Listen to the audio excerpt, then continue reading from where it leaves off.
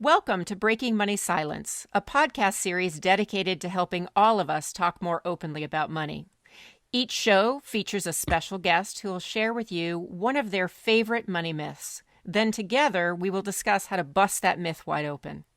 My name is Kathleen Kingsbury, and I'm your host.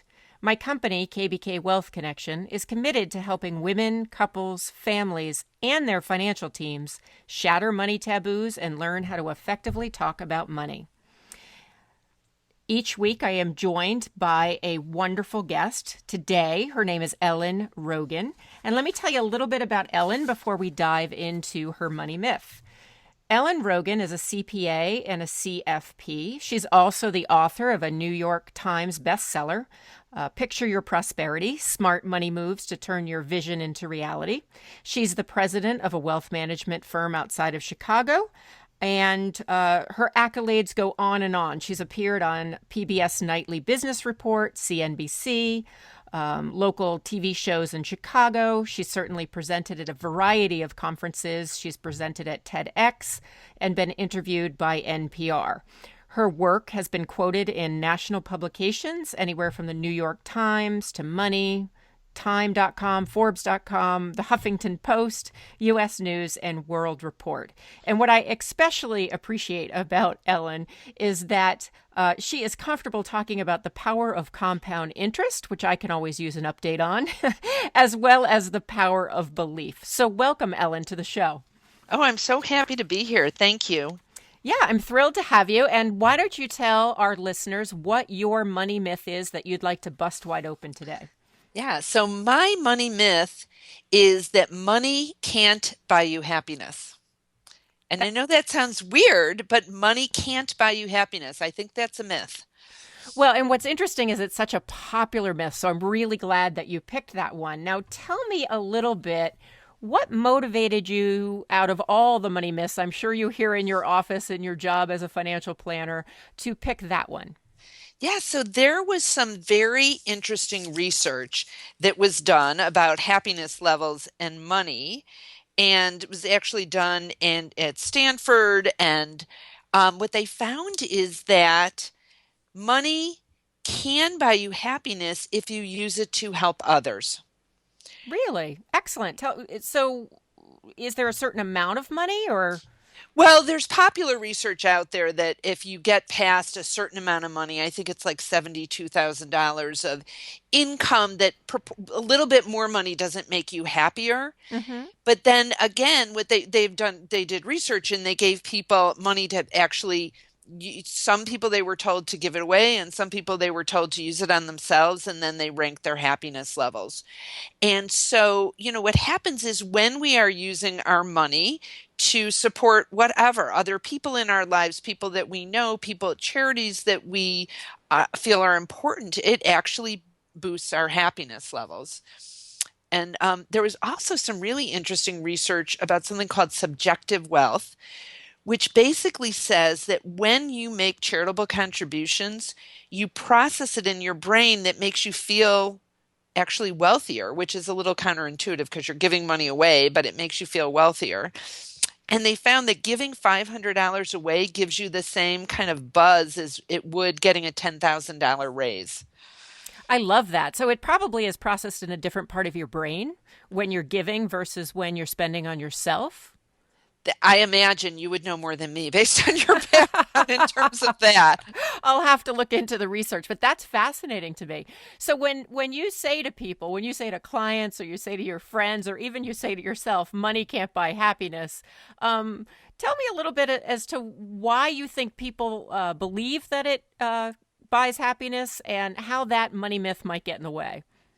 Yeah, well, there's all sorts of stuff that people have around having more money. So if someone has this actually core belief that money cannot buy you happiness, and it almost has some impact in terms of them feeling like there's something not okay about having money too, right? That if there's something dirty about it, or all those axioms, is that the right word, or phrases that we were brought up hearing about, like, um, money can't buy you happiness. Money doesn't grow on trees. Filthy money, dirty money. Yes. Yep. There's like this icky thing that some people internalize. They might not even realize it consciously, but they have around money.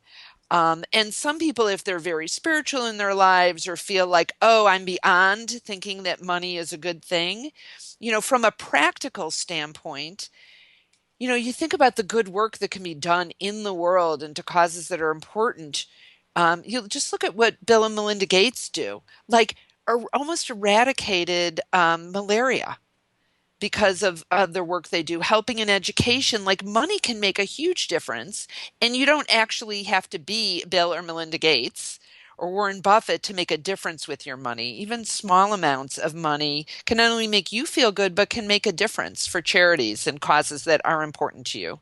Well, and the thing that I think is interesting that you're distinguishing is often when we think money can't buy happiness, or money will buy happiness is what people buy into a lot, is the fact that you're talking about the difference between actually having it yourself versus giving it away.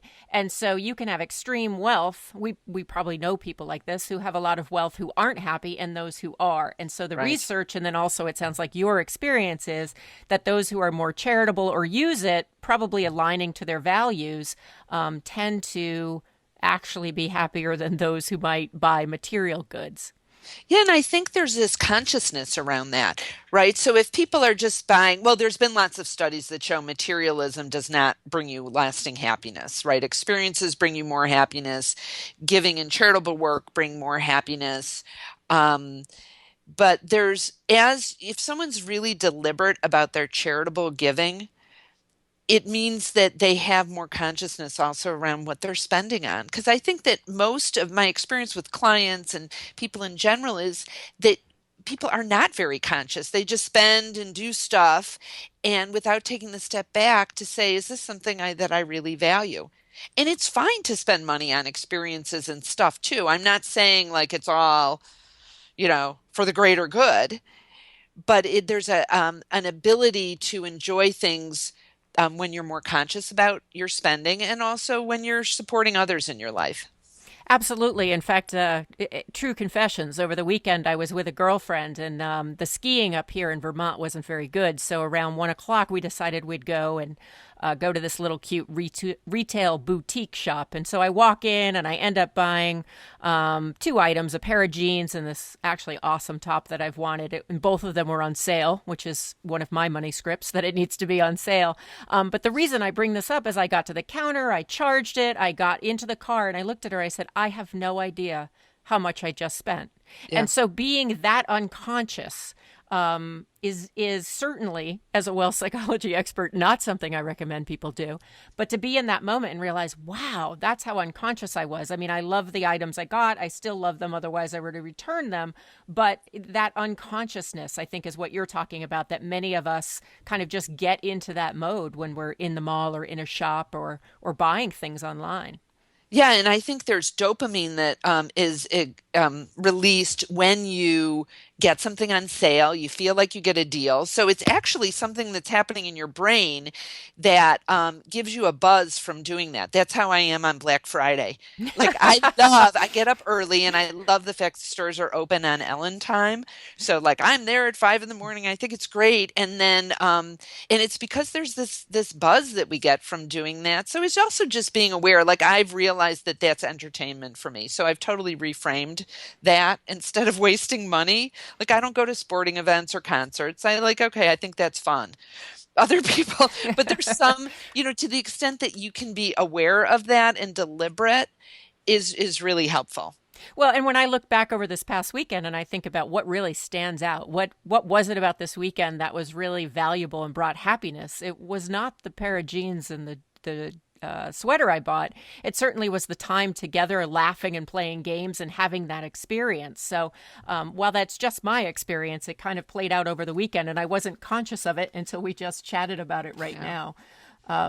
So for you, has it ever personally, or even, professionally, you see people all the time, but has it ever personally gotten in the way, this myth that money can't buy happiness? I would say I would use it as like busting that myth I think has been a big prosperity driver. So I believe and have seen this from experience and have people anecdotally tell me this, that when you give more, and I mean charitable dollars, things flow back to you. And I relate this back to, I think back in 2008 when people had this big grip on their money. They were people, everyone was so scared they wouldn't have enough. And you can't see me now because this is radio or recording, but I'm making a fist right now, like clenching on so tightly to what people, to what people had. And when people were in that place of, I'm not going to be okay, I don't have enough, just at the time when charities needed more money, um, holding on is a very kind of scarcity focused negative way to think about things. And when you can loosen your grip on money and use it to help others, it's kind of like metaphorically and I think energetically, I'm opening my palms now, like I'm out there helping people. It allows money to flow back. So I've back when I wrote my first book, Great with Money, in the first edition was we started writing it in 2002. I set up an automatic giving account, just like I have automatic savings, and we know financial advisors will always tell you to set up, pay yourself first and set up automatic savings. Well, I started taking a percentage of my income and moving it into a savings account. I do it quarterly, and that account is earmarked for giving. And then during the year, my husband and I can be really deliberate about the gifts, charitable gifts that we make or way we support our friends in their charitable work. And even through 2008, in that fall, when I was deciding whether or not I should put that money into that charitable account, I said yes, because this is a value that we have and really important. And I will say by the end of that year, my income was not down, and that was pretty rare for financial advisors that year. Now, was it directly related to that? I don't know, but it's a practice that I really believe comes back and supports me. It's so fascinating because you read about all this stuff, and certainly your book I highly recommend, but you read about, when you give, you get more and all that type of thing. And it's not until, at least from my experience has been, it's not until you actually experience it. And I've had clients who have experienced this. I've experienced it, something very similar to what you're talking about, that if you are allowing yourself to give and to be aligned with your values, then what ends up happening is you actually, at least business wise, I've ended up being much more profitable, when the fear is always that you're going to run out of money. Right. Now, money can't buy happiness. We've talked about how that is a myth, and how it potentially could get in the way. But how can it serve you? Is there any way in which this myth can serve people? Oh, sure. If we take it just at face value about this conversation about materialism, right? So it can't buy you happiness if you're looking for it to increase your happiness level just based on your stuff, the stuff that you have, right? Um, so, knowing that may help some people say, okay, maybe I won't buy as much stuff. It's not going to make me happier. People that have major overspending issues are probably trying to compensate for something. And that kind of myth of money can't buy you happiness is probably really healthy for them to sit in that space. So to really use it and think about, well, to back up, let me catch myself here, to almost back up, and instead of buying into the myth money can't buy happiness, to really think about what is the purpose of money in my life? What's going to bring me happiness in my life, and how can I use my money, or my financial resources to support that? So I'm curious, like if somebody's listening and they go, I'm kind of confused because my whole life and everything on the TV, all the ads say if I get stuff, I get happy, and you two are telling me that that's not the case based on research and personal experience and working with clients. What advice would you give that person who's listening in and is still kind of skeptical at the fact that this is a money myth? Yeah. Okay. So two things. One is you said try it. If you were to put money away in a separate account, a percentage of your income to be given away to causes or people or whatever, could really benefit from that, and notice how you feel and see how that works for you. Would certainly be one. And the second one just escaped, and it'll come back. That's okay. I have a question that might help you kind of circle back to it, or it might get Yes. you off on a total tangent. I'm not sure. But I can't help, given my background in gender and being gender savvy and gender intelligence, to not ask, is there a way in which that this, like, giving money to charity and being charitable leads to happiness or greater satisfaction?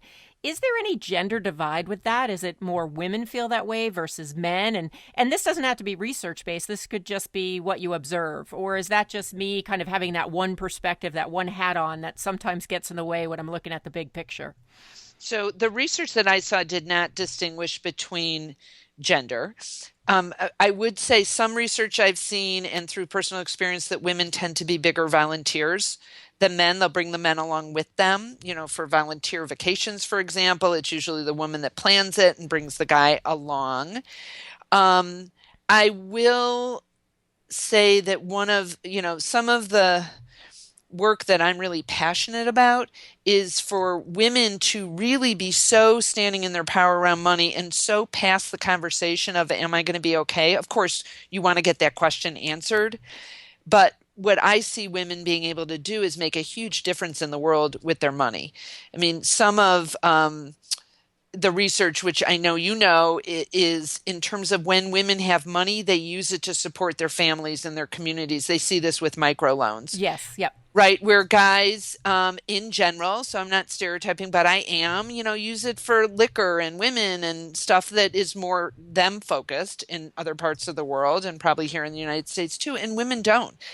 And so I get really excited about this conversation personally for women because as there's $25 trillion that's going to be transferring to women in our country in the next 20 years, and if even 10% of that money was used for positive change, the world will look different. I mean, every child on the planet could be educated, every person fed, money for research for autism, Alzheimer's, and breast cancer could increase 1,000-fold. I mean, we have the opportunity to really make a difference, and imagine how good we'll all feel then. Yeah, no, that's awesome. And so basically when you say women are afraid that they're going to run out of money or not have enough and they need to get that answer, what you're talking about is sitting down with a professional like yourself and really figuring out what's the cash flow, what do you have available in the future, and then once you know you're going to be okay, then start to look at these other things, such as the charitable giving or figuring out how you can align your values, even just with your resources of time in terms of volunteering. Is that correct? Absolutely. And I'd say over the years I've been a financial advisor for quite a long time now, and I have never had a man or a woman come into my office and say, how much can I give? It's usually the first question is, am I going to have enough? Which is understandable, but I would love to see that conversation changing. Right. And so in some ways what popped into my mind was Psychology 101 with the Maslow hierarchy of needs. Am I Yeah. going to have food and shelter? And if so, then let's get to the higher stuff. And what you're talking about is really helping people get to that higher place and being more prosperity focused. So tell the listeners a little bit about your book and a little bit about the nice offer that you made prior to us starting this interview for the listeners. Sure. So, my book that came out in January of last year called Picture Your Prosperity, Smart Money Moves to Turn Your Vision into Reality is really a look at how to combine your vision of what you so desire to have in your life with practical strategies to get there. And we walk people through creating a visual financial plan. People have really loved this. It's fun. Lisa, my co-author, and I think we're funny. So we tried to write a less granular, more easy to absorb, but really helpful personal financial book. And people are liking it. It hit the New York Times bestseller Which list is last. awesome. Just Yeah. as an author, I just admire that so much. That's really great. Thanks. And so for the listeners, for you that some of these concepts sound interesting, I really wanted to provide some free resources for you. So if you go to ellenrogin.com/goodies, so that's ELLENROGIN .com/goodies, I have two prosperity meditations for you. It's a way to start to work on your subconscious a little bit, relax around money, and then also a special report, How to Raise Money Smart Children, which may be of interest to some of you. So all that, there's no fee or anything for you. I just wanted to provide some extra resources. That's great. And just know if you are listening to this podcast, chances are you can look down in the description and that link will be right there to make it really easy for you. We'll put a link to Ellen's book and also a link to these free resources. Boy, 20 minutes goes really fast. It's been great to talk to you. I feel like there's so many different directions we could go. So I would love to have you back sometime in the future to continue this dialogue. It would be my pleasure. Thank you so much. Thank you. So thank you, everybody, for listening to Breaking Money Silence. I'm Kathleen Burns Kingsbury, a wealth psychology expert and author dedicated to getting people talking about money matters. For more information about my book, speaking services, and other resources, please visit my website at www.kbkwealthconnection.com. Until next time, keep the conversation going.